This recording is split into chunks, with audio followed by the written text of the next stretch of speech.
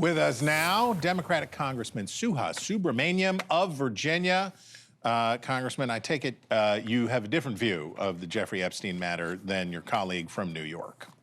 Yeah, well, I guess the president speaks in his conspiracy theory because he made it a central component of his campaign last year that he would release the files. And then the FBI director and deputy director made it a central component of their pitch for the president. And part of the reason why they got their jobs, right?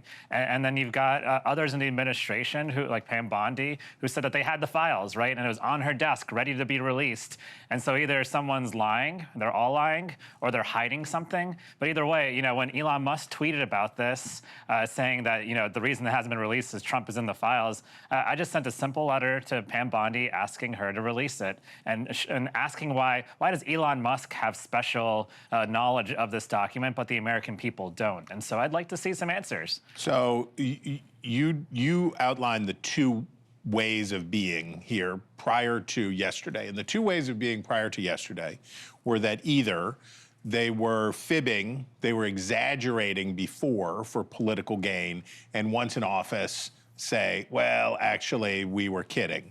And then the other way is what many in the MAGA sphere say is true, which is it is a cover-up, that there is something there and they are covering it up. The president had a new idea over the weekend, and he said, actually, we are preventing fake news from being released, that the files were doctored by Democrats and that to protect them and to hurt other people. So we're not letting this stuff out because it's tainted.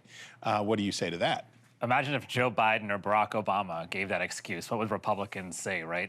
I don't buy it at all. The reality is either they're lying or they're hiding something. Those are really the only two situations happening here. And if they want to quell some of the criticism and concerns, just release everything you've got and stop stonewalling people. I mean, I've never seen a president say, please start talking about something else. Oh, I have. Oh, I have. Oh, I have seen many, many times presidents want people to start talking about something else. Okay. The Democratic Party took an L in the reconciliation process, but you guys never were going to have a voice in that. That was never going to be. The Republicans could do it on their own. But now it feels like a W for Democrats because you guys are able to go out and talk about Medicaid cuts and the disruptions to social services, temporary need to assist families, and SNAP, and all of that stuff, which many Democrats say is going to help in 2026 take back the House, put you in the majority. But are you concerned at all? You know, when I hear Republicans talk about the growth that is going to come out of this legislation, that the extension of the tax cuts will encourage stability in investment and other good things will happen and all of this stuff, do you have any concern that there is too much of one voice on this stuff? You know, first of all, it's an L for the American people, the whole bill. I mean, you know, this is not something I want to be campaigning about because I wish we could keep Medicaid and preserve food benefits and food access.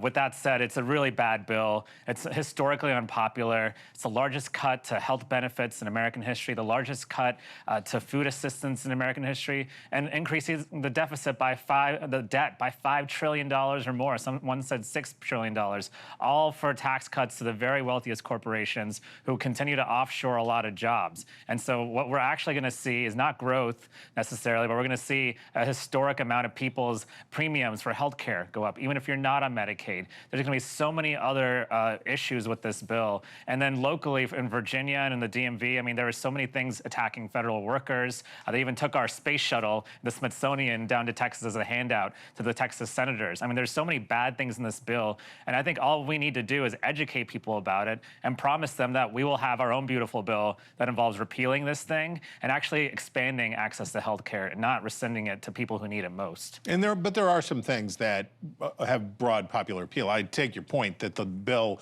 together is unpopular, and there are components of it like the Medicaid cuts that are very unpopular, but stuff like the carve-outs for taxes on tips and for older people, the extension of the tax rates, those things are popular, right? Those were breadcrumbs, though. Let's be honest here. The taxes on tips and no taxes on tips, there's a cap on it of $25,000, and it's temporary. Same with the other popular provisions that they're talking about so much. Those were a drop in the bucket in this bill. What they could have done is made those things permanent. What they could have done is actually make more middle middle class tax cuts and more access to health care for people. That's what would have helped people. But instead, they spent $5 trillion of our debt in the future, plus the interest we'll pay on it, for tax cuts to the very wealthiest corporations who didn't need it. Okay, shutdown drama beginneth. We have this time between now and September where a deal will have to be done. Democrats will have to be included, at least on the Senate side. But I hear Chuck Schumer and I hear some in your conference on the House side say it's time to fight. It's time to dig in. And certainly there are a lot of loud progressive voices that say it's time to stick it to these people. If we got to have a shutdown, let's have a shutdown.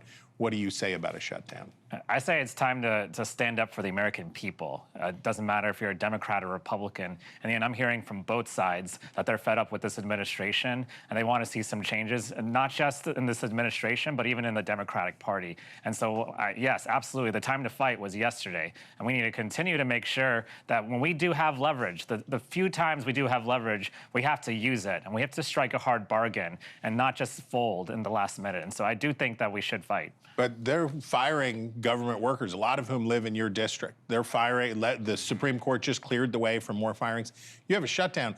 I feel like the folks who live in Loudoun County, the folks who are government workers, are not going to be happy about a shutdown. What do you tell them if these hard negotiations lead to a shutdown? I've heard a lot from them. They're saying that they're shutting down the government anyway, and that what they're doing is undermining the entire federal workforce in ways where they want us to fight. And so that's the message I've gotten from my constituents on both sides of the aisle, and I think we need to continue to fight. Okay. All right. If you were from Zula, Virginia, you would know him already. But if you don't, here he is, Congressman Suhas Subramanyam. We thank you very much.